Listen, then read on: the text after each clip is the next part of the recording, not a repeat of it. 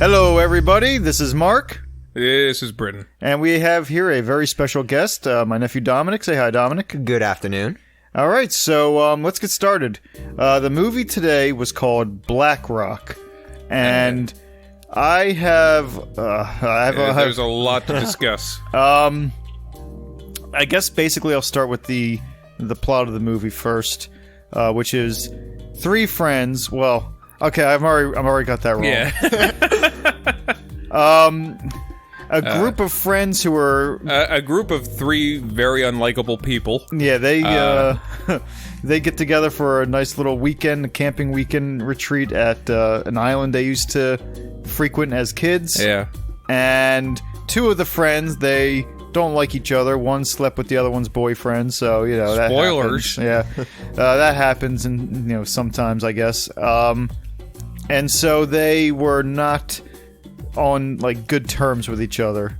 And then when they're in the middle of this camping trip, they meet three war criminals. Yeah. And the war criminals try to murder them, and that's the movie. Yeah, it's the overall plot. I remember one of the big plot points was I remember that too. No, I had to gear up. I had to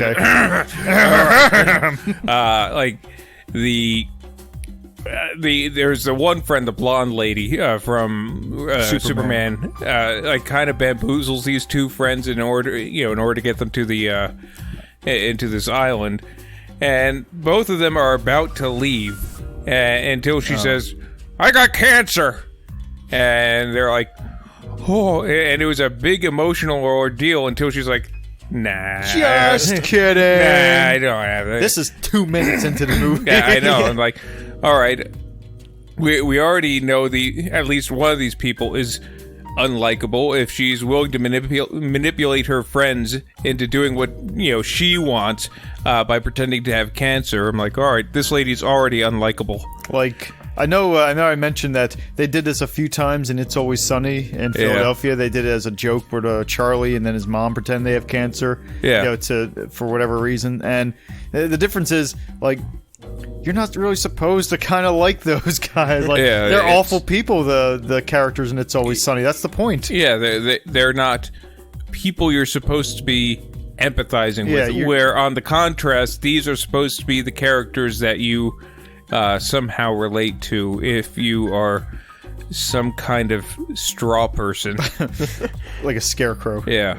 Now there's one thing that I really want to discuss that I've been holding it back for so long. I really want to talk about it. Okay. Which is basic plot for this movie.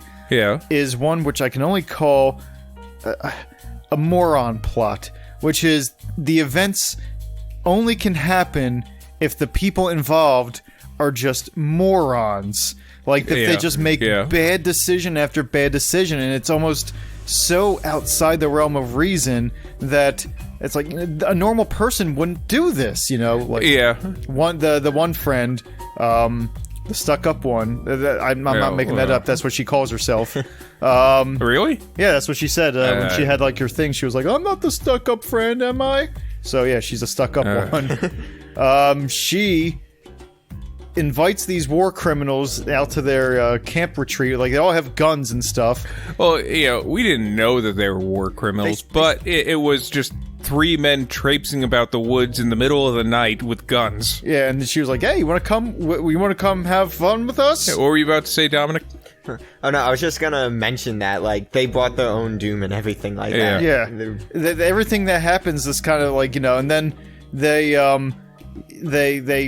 get into a scuffle, and the guys start chasing and trying to kill them. And then when you think, like, okay, they're on their own, maybe they can, they know what the threat is. Well, actually, no, I can't even say it, because after they hit the guy, after the first guy gets killed, they know that it's going to be it's a big situation, because a guy is, a straight up just bad guy. Yeah, and they already know that these guys are war criminals. Yeah, he is. Yeah, like I said before, he's every coked up 80s sidekick in a post-apocalyptic return to New York type.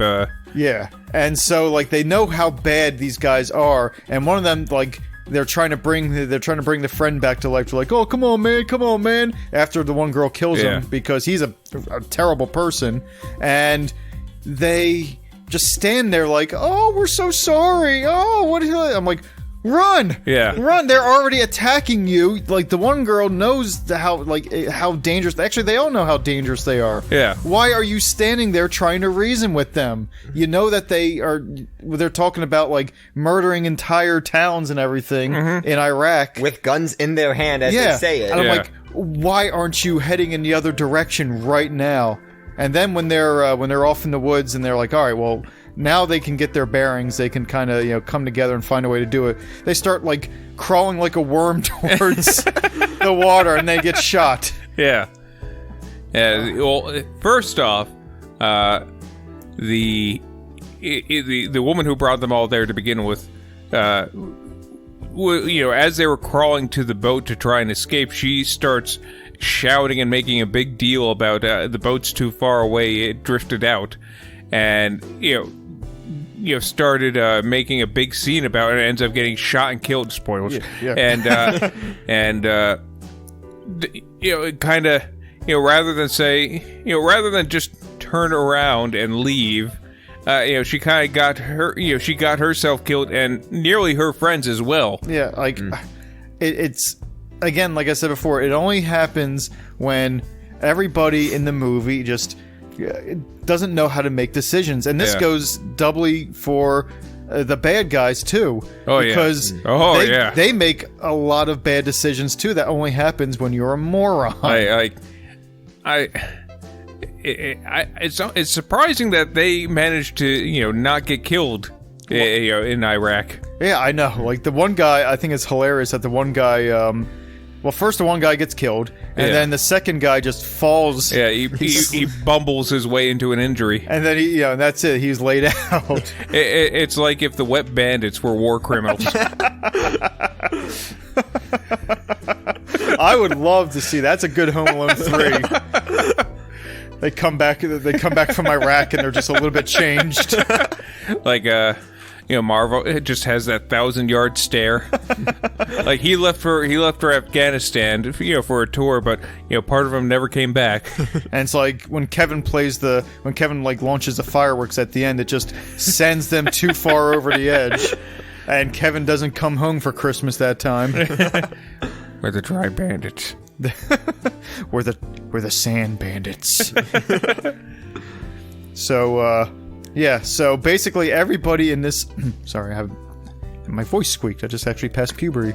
Everybody in this movie just made bad decision after bad decision. I gotta tell you, that makes the movie unlikable and just not interesting to watch. Like, it kind of one of the things you predicted is, kind of came true at the end that, they went through this ordeal and kind of became feral. They did eventually hunt down the what was it, Matthew Lillard? Yeah, the Matthew Lillard clone. And kind of take him over. But I was kind of hoping for a little bit more of a Lady Rambo type thing where they're digging pits or something out of Predator. Yeah, like when Arnold, has that bestial cry at the, towards the end, because he's become almost as animal-like as this, monster. Yeah. That kind of thing. And I would have really liked that a lot better. Yeah. And, granted, these are, probably just a couple girls from the suburbs. But, you could have put any reason why they could have had some kind of, specialist knowledge. Maybe they were... their dads were survivalists, or maybe they were in the military themselves. Yeah, there's ways you can do this. So I know we like to talk about how we would change movies to maybe fix them. So I know I'm going to put you on a spot here, Dominic. Go ahead. But like, what would you have actually liked to see in this movie in order to kind of make it more watchable for you? Better casting and better character writing. Well, okay. Yeah, I guess that's It's funny because this is something that I know Bree and Britain have talked about before.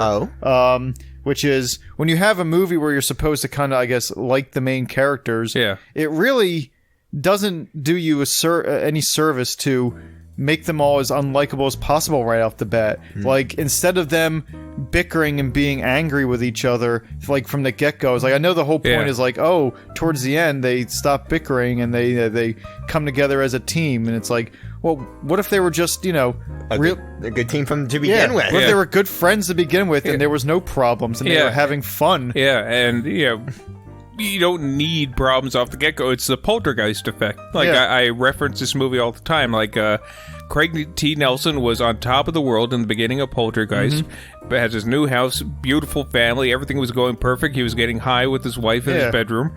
And, it's not like they started off the movie with their marriage on the rocks and everything. It's like they started off happy. The whole family was a good, happy family. And part of the tragedy of what that movie was is that these terrible events came, forward and, pretty much tore the family asunder. Like they had to really show their strength in order to make it through, what happened. And that would have been a much more interesting movie. In this case, if they, if they were good friends, and then the unthinkable, happens, and they have to like kind of put their heads together and like use their teamwork that they've, spent a whole life cultivating, or maybe even discovering that maybe their friendship isn't as close as they once thought. Maybe some of them are willing to sell them to the wolves in order to get the safe passage ashore. Yeah. Like, it would have been much more interesting, I think, than just, like, we don't like these characters right off the bat, and then bad things happen to them, so it's like, well, why should we care? Yeah, it wasn't written for them to begin with. Yeah, and I know the whole concept of a friend sleeping with the partner of another friend is a very, I imagine a very traumatic scenario, but I think in film it is a bit overplayed, especially in film featuring women. I think, they really, you don't really need, you don't need a man in the scenario in order to complicate relationships with women. Like they can just be, either just be friendly to begin with, or if you do want to have that unnecessary drama, I don't know. There's lots of things that people can do to each other that is, dickish or mean, or just overall awful, without it being like I guess what you're saying, like the standard, typical plot of, oh, we cheated, you cheated on my boyfriend cheated on me with you. I think my take on it is that that's a bit of a juvenile thing. That's something you hear high school kids doing. Well, I wonder, were they supposed to be in high school? They weren't supposed to be in high school. They couldn't have been. No, they were like older, looking back on their lives, like reflecting. Yeah. They were. I have no idea how old they were. Like, 70. Like I know. I don't know how old they were supposed to be, but I know how old they looked. I can tell you right now, and I know this is going to be esoteric to both of you. Well, maybe not Dominic. I don't know. But I can tell you would have made a much better story for me. Okay. The Golden Girls in this situation. Yes. Man, that would have been great. B. Arthur just, like, becoming feral. like her doing the Arnold. Like, she has a deeper voice. Yeah, exactly. Than Arnold. Like, Dorothy, I don't know why you're out there doing what you're doing. That's Estelle Getty. That's my Estelle Getty impersonation, the little old lady. Dorothy, I have no idea what you're doing out there, but just tell me if you want to put one between his eyes for me, that would be great. Ma, I'm not gonna go out there and kill him. Oh, come on, you know you can kill him. That's Blanche. It's a one-man show. I don't know any of these characters. I know. Oh, I don't know if we have to kill them. That's my Betty White. That was a damn good Betty White. Oh, you don't know. You know what Betty White sounds like. What's a Betty White? It sounds like this. I don't know if we have. All right, maybe it's not that good of a Betty White. I don't know if we have to kill them. Oh man, the more I do it, stop like, it. Play back the tape. Play back the tape. No, we're recording the tape. I want to hear it. I want to hear the good Betty White, so I can match it. No, I lost it. But it sounds like Mickey Mouse.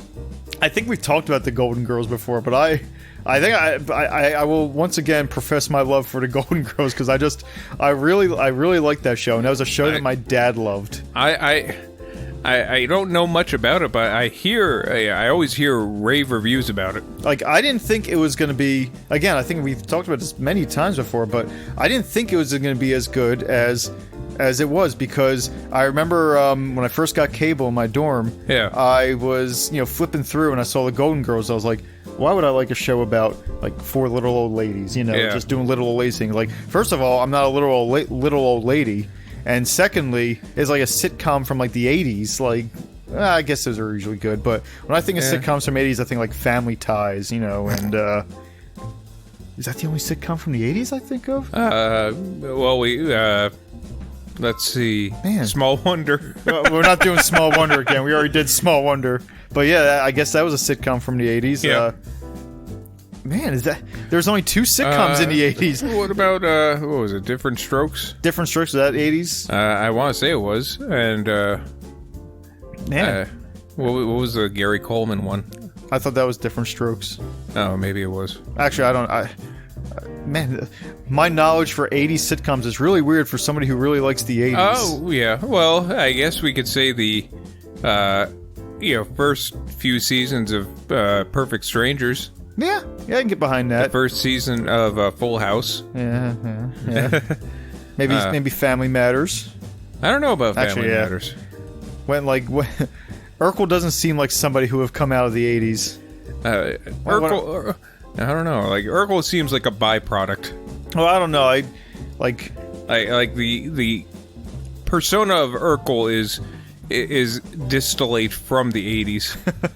Like they had Carl Winslow. He was in Die Hard. That was in the 80s. That was close enough. He was in Die Hard, and he was in Ghostbusters. Yeah, I would like to think the story arc of Carl Winslow is that he was a CEO in the jail, back in '84, and then all this ghost shit happens, and he's like, "Nope, I'm out of here." He shot a kid out there. Okay, maybe that was a reason. He shot a kid. No. Well, I think he saw the ghost when said, "Nope, I'm done with this." He goes to L.A., goes to the other side of the country. Shoots a kid, gets bummed out. I think he sees a ghost and he's like, nope, and he walks down and just shoots the first kid he sees. And he's like, that's it, I'm done. Or maybe like he sees a ghost and it terrifies him so much that the first kid he sees, like, it just spooks him and he just busts a cap in him. I want to say that the kid was Urkel, but I know that was later. It was Urkel's father. That's why he didn't have any parents. Oh, that's a tragic tale. Like, do you think Urkel knew? No. But that's why Carl Winslow kind of just put up with him. He had a dislike for the kid, but he, in good conscience, couldn't like send the kid out to the wolves. Yeah, like he. Sorry, that was me. Whoops, that was me again. Stop it. Like play back the tape. Like, he wanted to get rid of this kid, but deep down he knew, like, oh, I did this. This is my fault. And so he can't really send him away, as he wants to, especially since he's getting, making Google eyes at his daughter. He's trying to be a father figure to Urkel because he murdered his father, and he's like, you know what, I think that I can teach him to be a better person. And then, it's like, well, Laura, would you... Oh, that's kind of Urkel. It was Urkel enough. Now, I just have a question. Do you know who the hell we're talking about with Urkel, Dominic? No, I have no idea. You have no idea who Urkel is? I am so in the dark right now. That's insane. Oh my gosh. So, who is Urkel? Yeah. First off, let me put this in perspective as to how huge this character... Steve Urkel back in the early 90s was such a monumental character that anyone who was anyone... Like, I'm sure you could find any dumb millennial out there and ask him who Steve Urkel was, and everyone our age knows the name Urkel. They don't even need to say Steve, just say Urkel. I would say the size of Steve Urkel to the millennial generation is proportional in popularity to that of SpongeBob. Yeah. Oh, really? I can get behind that. SpongeBob to your generation is the equivalent to Urkel for us.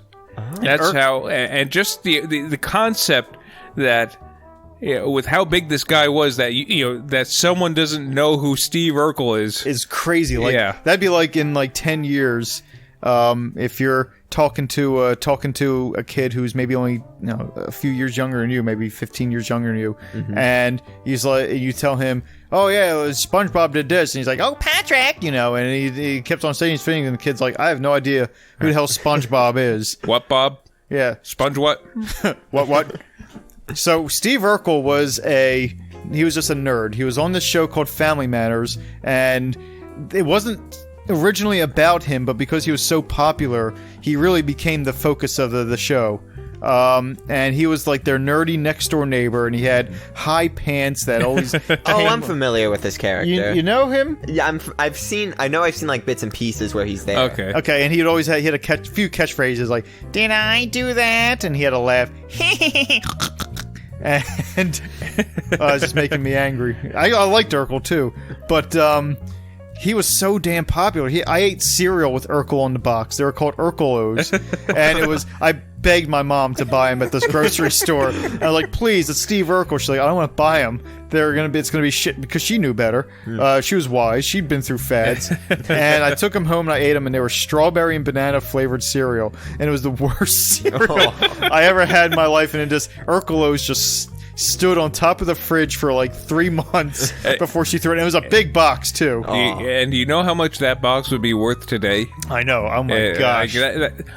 People collect that shit now. I know, and I guess it's a good collector's thing because you never have to open it and eat it. It's like all you do is just have it, and I guess that's so Steve Urkel. I just also want to point out, Steve Urkel started out just being a nerdy kid, and then became a complete genius throughout the series. Yeah. Like he invented a machine that could not only like remove the nerdiness from him and turn him into a suave, cool guy named Stefan Urkel. Oh. But it was like the Nutty Professor, because he was suave and cool and charming, and Laura liked him, but Urkel was in love with Laura. Stop hitting your microphone. I'm not hitting it. Oh, is it? What's that thump then? I think it was upstairs.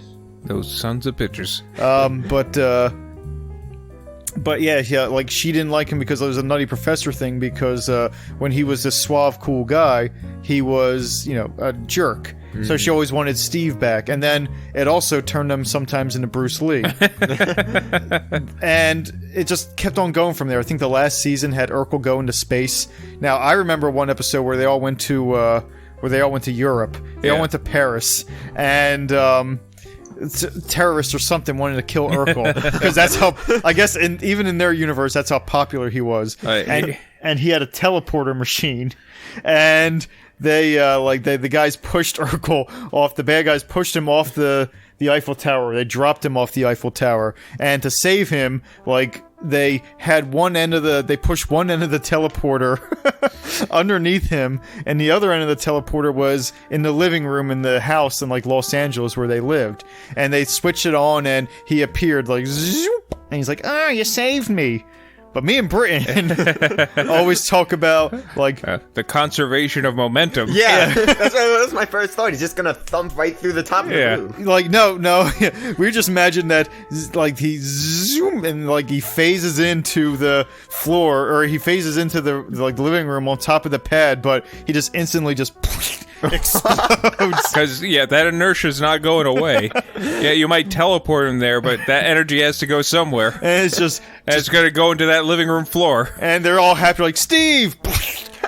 And it's it's just juice everywhere. Like that poor old grandma's mopping the floor for weeks. And that Steve Urkel's always coming in here making a mess. Grandma, you got Steve Urkel in your hair. Oh. They wring it out. Her wig. Just takes it off and just wrings it out.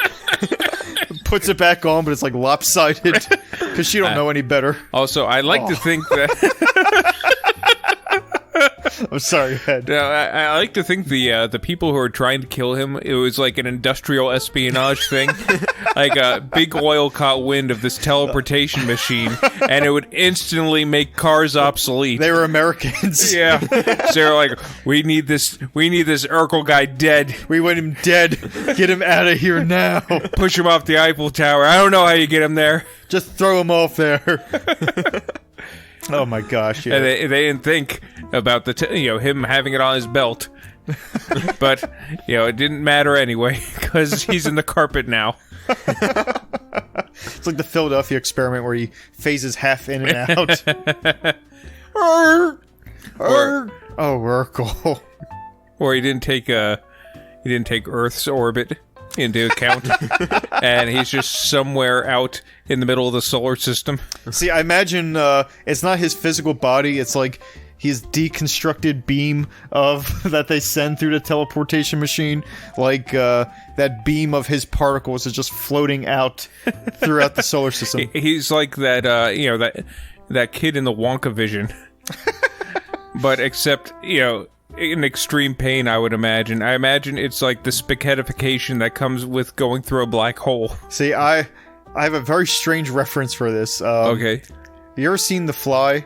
The original movie, The Fly? I have, yeah. I have not. Okay, so it's basically the same thing. The guy creates a teleportation machine. In the original, he sends his cat through as an experiment, but the cat never rematerializes on the other side. Oh yeah, I remember that. And then you just hear the cat just like floating as it's like decombobulating, I guess, and just spreading out, just. Oh yeah, like wouldn't you just every once in a while just hear a cat meow, or is it just it meowed once and then it was gone? That was it. That was his last breath. Wonder what Schrodinger would make of that. I think he would. I don't know. The funny thing is, in the book, because it was based off. It was a book. Yeah, it was based off of a book because all the movies were back then. When he goes through at the end, the wife, wants to send him through again because what happens, Dominic, is he goes through his teleportation machine, but a fly gets in and he doesn't realize it. And so in the old movie, he's his head and his hand are fly head and hand. Okay. And the fly comes out with a human head and hand. Oh, that's disgusting. And it gets caught in a spider's web. And before the spider can eat it, they crush it with a rock. Spoiler alert. For a movie that's like 70 years old. Yeah. But in the book, when he comes through the other side, she's like, oh, go ahead, go through again, it'll fix you. When he goes through the other side, in the book, he has both the fly head and also cat features, because the cat comes through too. Ooh. And so he has like 3 things wrong with him, I guess. He's a cat, he's a fly, and he's also a human. Oh man! And I think they kill him the same way. In the press. Yeah, that's what happens. They kill him in the movie with a hydraulic press. Why? Why so extreme? Because they wanted to get rid of all evidence that he was ever half man, half fly. Yeah, they wanted him unrecognizable. And it really is, for an old sci-fi, I can say, B movie, because that's probably what it was aiming for. Yeah, it was a B movie. 100%. It was a damn good B movie. Yeah, it still holds up to this day. Was that with Vincent Price? Yep, Vincent Price was in it, and he was not the fly. Damn it! He is good in everything. The man has the magic touch. That was actually the first Vincent Price movie I ever saw, and I think mine was Edward Scissorhands. Okay, yeah, that's right. That's what. Okay, I lie. I take it back. And then Thriller probably came first, actually. Well, excuse me, but that was the first. That was like, I guess, the first one I could really appreciate, or that I had on tape, because I never had Edward Scissorhands on tape.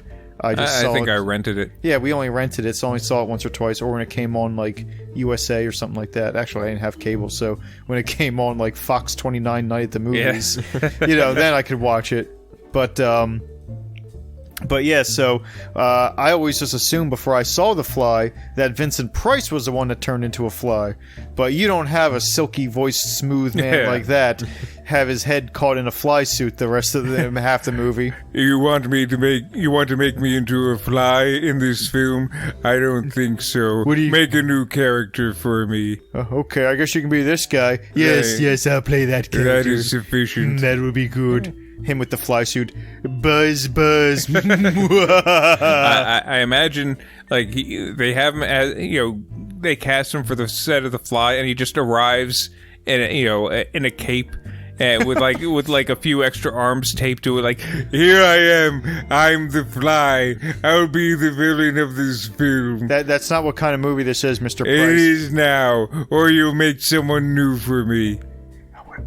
Can we do this? Can we I can't hear you when you're talking. Can we do it like this, maybe? I'm getting tired. All right, we'll just make a new character for you. Now, I just have a question now for you, Dominic, because apparently the whole theme of this podcast is, do you know who this is? Do you know who Vincent Price is? I know he's from Thriller. Okay. Because I just said that. Well, no, I actually knew that beforehand. Okay. That's all I know, though. Okay. I know he's a big horror movie icon. Yes. Yeah. From like the 60s and 50s. I'm trying to think of a movie that you might have seen that he was in, because, you know, he died like a decade and a half 90s. before you were born. Early 90s, yeah. Wasn't no, maybe not a decade and a half, maybe 8 years before you were born. Because you were born 2001, right? Yes. Ugh, And he died. Yeah, I know. And he died in like 93. He wouldn't have been in Fright Night then, would he?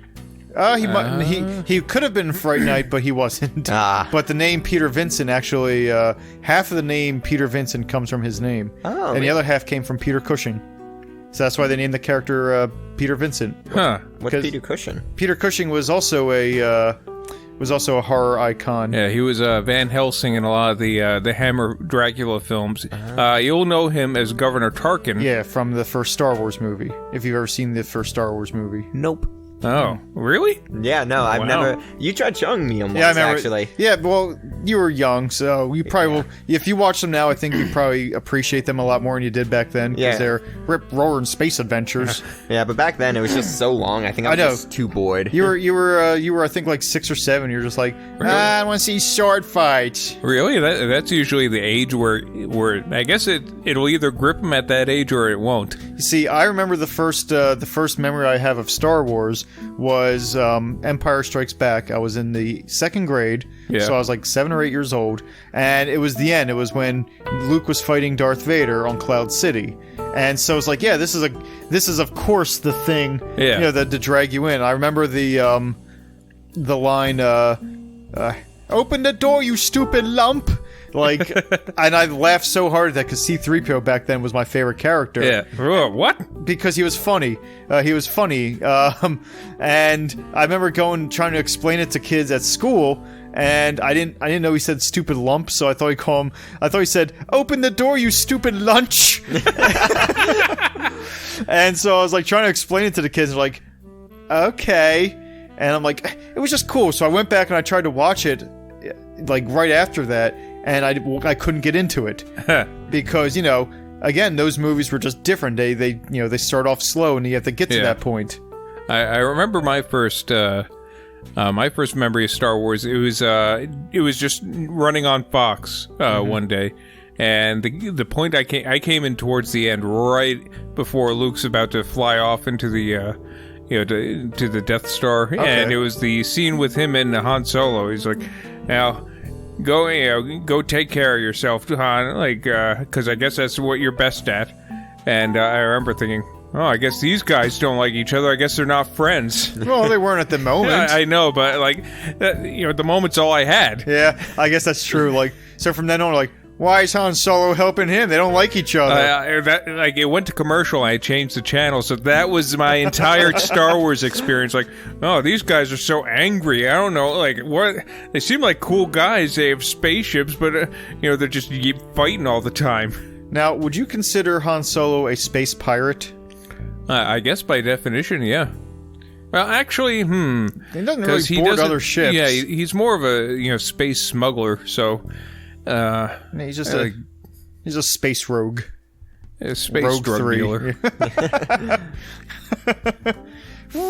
Hey kids, you want some dope?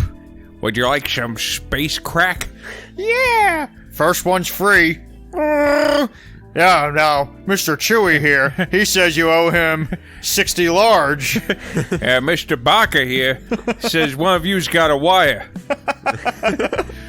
Which one of you's got a wire? Because you don't want this guy to get mad at you. It's Greedo! Because Greedo shot first in this one. Can't make him out to be a bad guy when he's a drug dealer. Which one, Greedo? No, Han. Like they're both bad. Like I guess, yeah. Han's much worse in our rendition. Yeah. He's a drug dealer who's shooting. Like so, all someone did was point at Greedo and say Greedo, and he shot him. Greedo. Like he had his eyes on that guy from the get-go. I don't like this fucking Greedo kid. Now, here's a good question. I also want you to answer this, Dominic. Of course. Describe what these other kids look like. The ones who are being sold the space crack. I have one. I just imagine just like really like bummed down kids, just like in like the worst of clothing, just ragged rags for clothes. So just actual humans. Yes, actual humans that are just in the worst state of their lives. Okay. What do you got, Britton? So mine was a couple of kids on their bikes. Well, one leg off, right?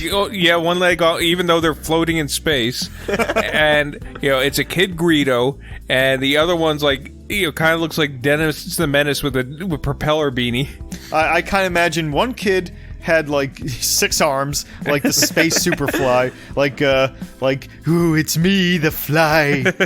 And the other kid was the older brother from E.T. Penis breath. Yeah, penis breath with his his sweatpants and everything like that. I wonder if that was something he had to deal with. Penis. Yeah, like how Walter Peck was always called Dickless, and after that, or I Mr. wonder. Pecker. Yeah, like I wonder if after E.T. that poor guy was called Penis Breath for the rest of his acting career. I'm gonna have to say yeah, because I have no idea what the character's name is. Yeah, neither do I, but I know who he is. Hey, penis. You said if you were to tell me, well, that movie stars Penis Breath from E.T., I would know exactly what you mean. Like, penis breath. I was wondering what he was doing, other than apparently sucking dick. That's why his penis breath. I just thought his breath formed in the shape of a penis, like when it condensates.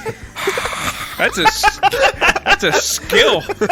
It's like blowing smoke rings, only it's cock rings.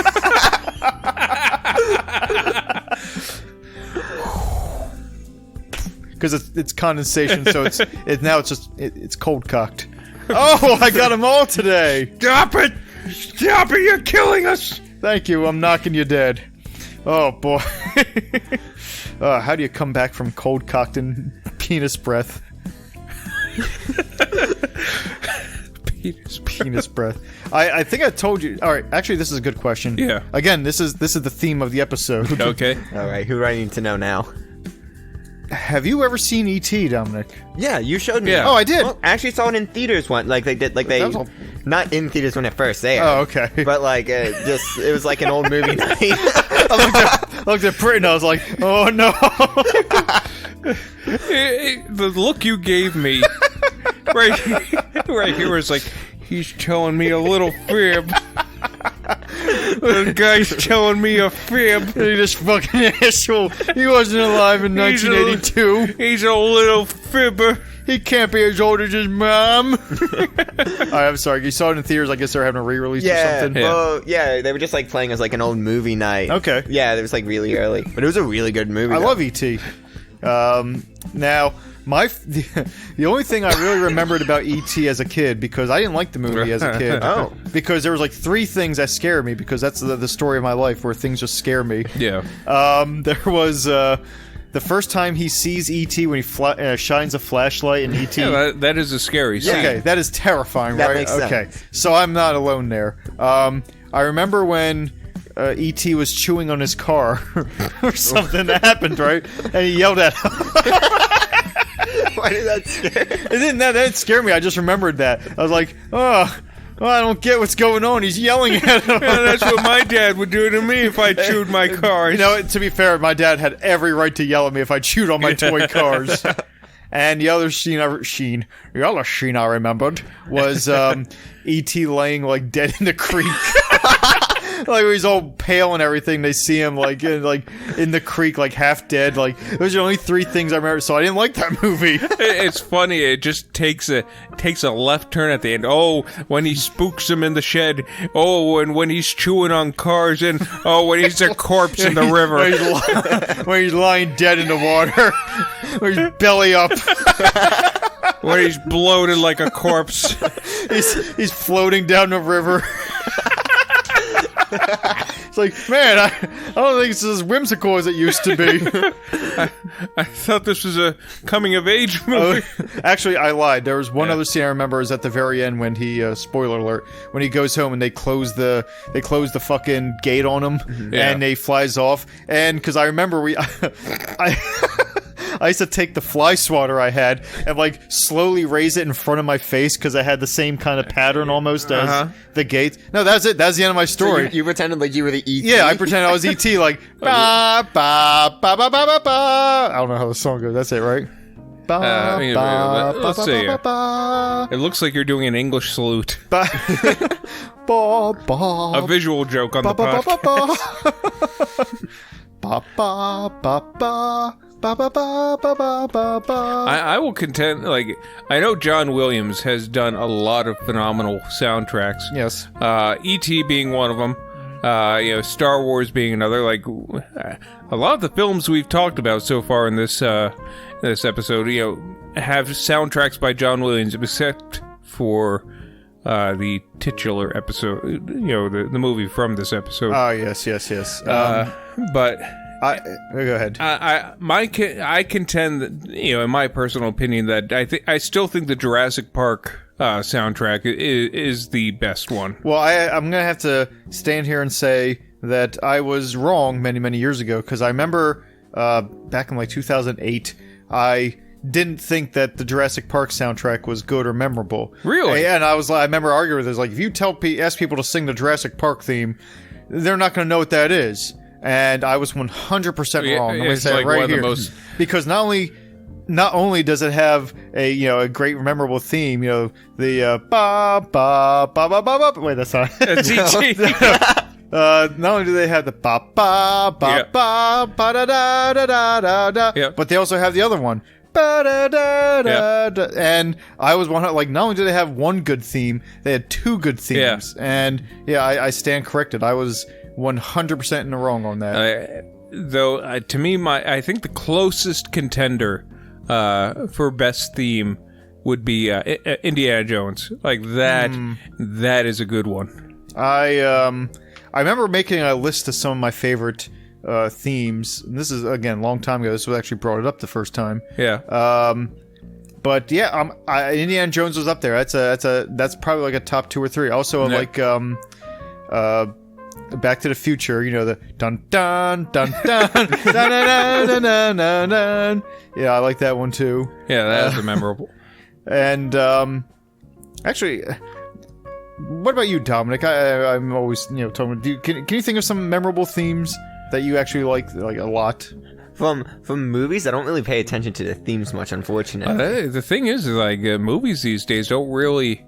Avengers has a good theme. Yeah, that's what I was thinking of. I couldn't tell you how that goes. Let's see. It's when the because I always. Oh, go ahead, Dominic. You got it? No, I don't. It's I want to say it's coming to me. Ba ba ba ba ba da da da da da. To me, the last movie that had a very memorable soundtrack was Pirates of the Caribbean. Oh, yeah. I was going to do the same thing again because I can't think of any theme except for the fucking Jurassic Park theme. I was like, I sing the Pirates theme. Okay. Oh, thank goodness. Oh, you chase it away. Did I just break a spell? Oh my gosh, it hurt because I couldn't even remember. Like, I may have been a little bit joking when I did the Back to the Future theme as that, but I couldn't tell you what the Back to the Future theme is.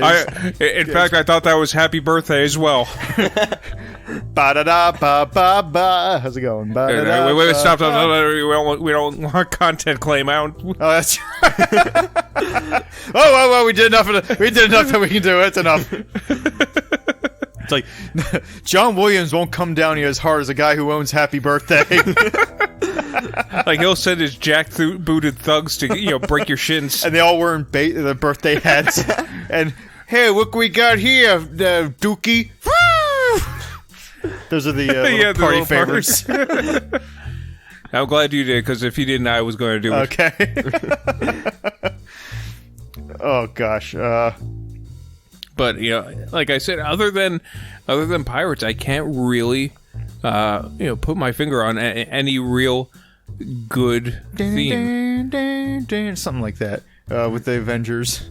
Like I don't know how that goes. Avengers has a good soundtrack, but it's not it's not as I can honestly say it is not as memorable as some of those other ones. Like it's fitting for the scene, but it's not outspoken. But I will say that in modern history, it probably is the best theme that we have in the last, I'm going to say, 10 years. 10 years.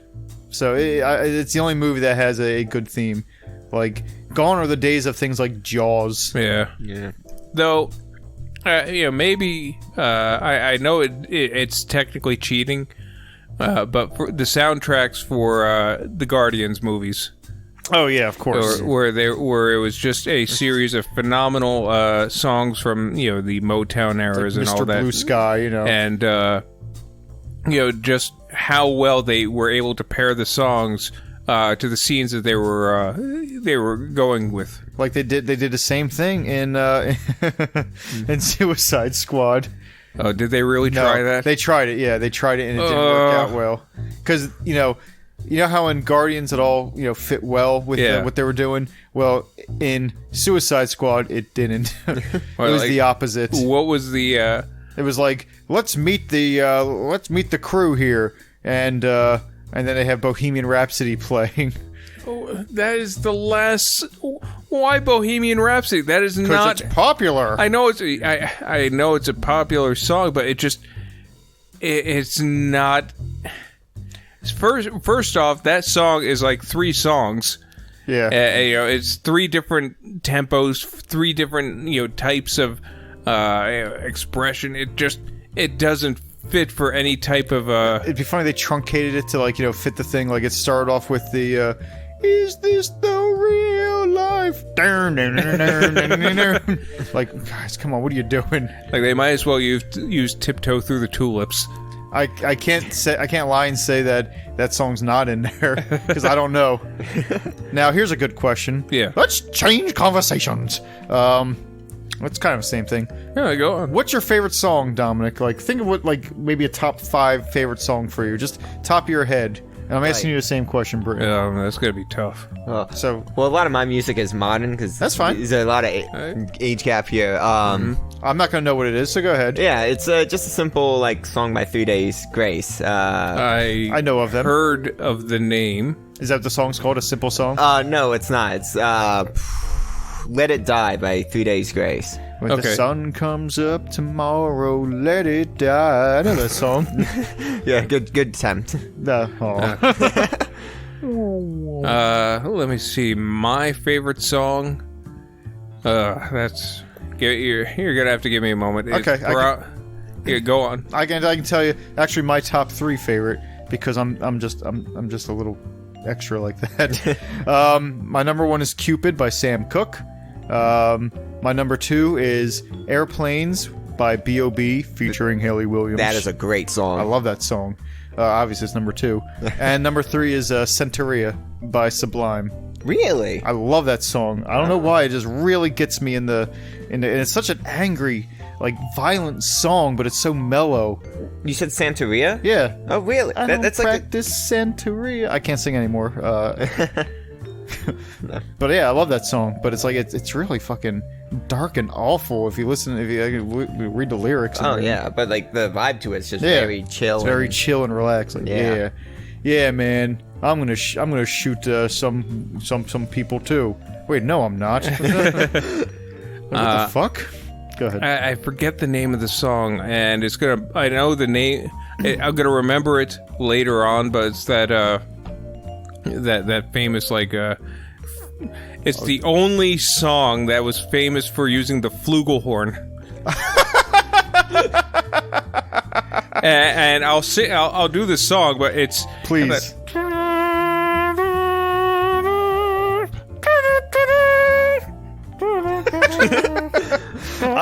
This is a mystery now. I will play the song after the podcast. I think we need to figure this out. If you just Google Flugelhorn, that's the only song that was ever played on the Flugelhorn. Like, I guess you don't know who sang it? Was it Chuck Mangione? Chuck... This is such a... Like, this is like an onion. I'm peeling off layers of this, and I'm more amazed by the next layer. And, actually, I don't even know what a Flugelhorn is. That's something from, like, Dr. Seuss? No, it sounds like... It's just a fancy German trumpet.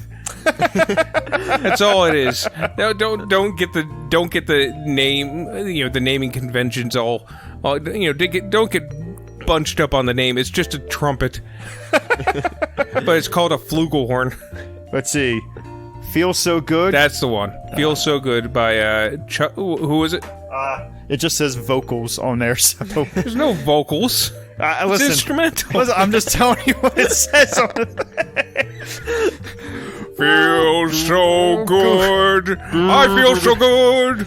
I'm feeling good. I'm feeling good. Got Flugelhorn.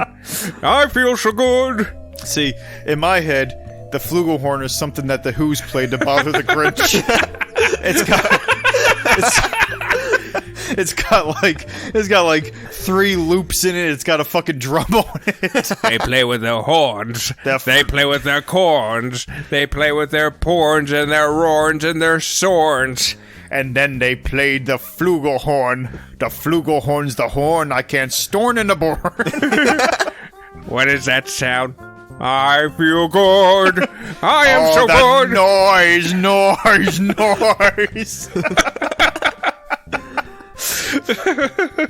Oh, the poor cringe. Now we can... It would be so easy to just edit any song over that moment where he's just being annoyed by the noise. Like, you can put anything there. You could put, I don't know, Cardi B.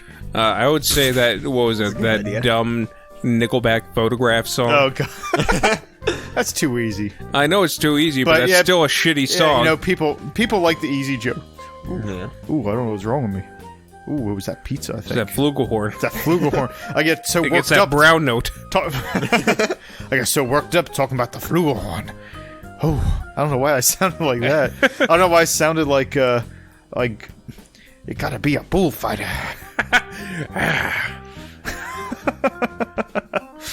I'm sorry, Dominic. That's something you have no idea what we're talking about. So, Dominic, what do you think of the Flugelhorn? I was on the same boat with Uncle Mike, but thinking it was something from the Who's. Like, that was actually what I first thought in my head, because I have like this like a 10 bicycle thing that also plays an instrument. That's what I thought it was. Like, I had something funny for this about the what is your favorite instrument? Are you actually asking? Yeah, I'm asking what's your favorite instrument, because apparently Britain's the Flugelhorn. Just a simple cello, because it's not a bass, it's not a violin, but it's a cello. Okay. You actually came with knowledge on that one. Yeah. I don't think I have a favorite instrument. I can tell you that it's not a clarinet by any means. Skin flute. No. No, my favorite instrument is probably an electric guitar, because I'm so awesome like that. I don't know. I call it the axe. I don't know. Maybe a harp. That's a big instrument. Okay, maybe not, because there are. You can like big instruments. I've never seen. Reminds me of my dumb nose. You're really coming at me today.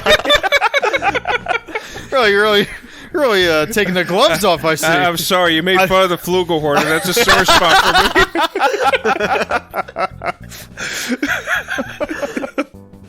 I don't think I have a favorite instrument. I don't know, the Flugelhorn. the maracas. The triangle. The cowbell. Oh, man. I always wanted to play a guitar, but I also knew I was just not coordinated enough for that.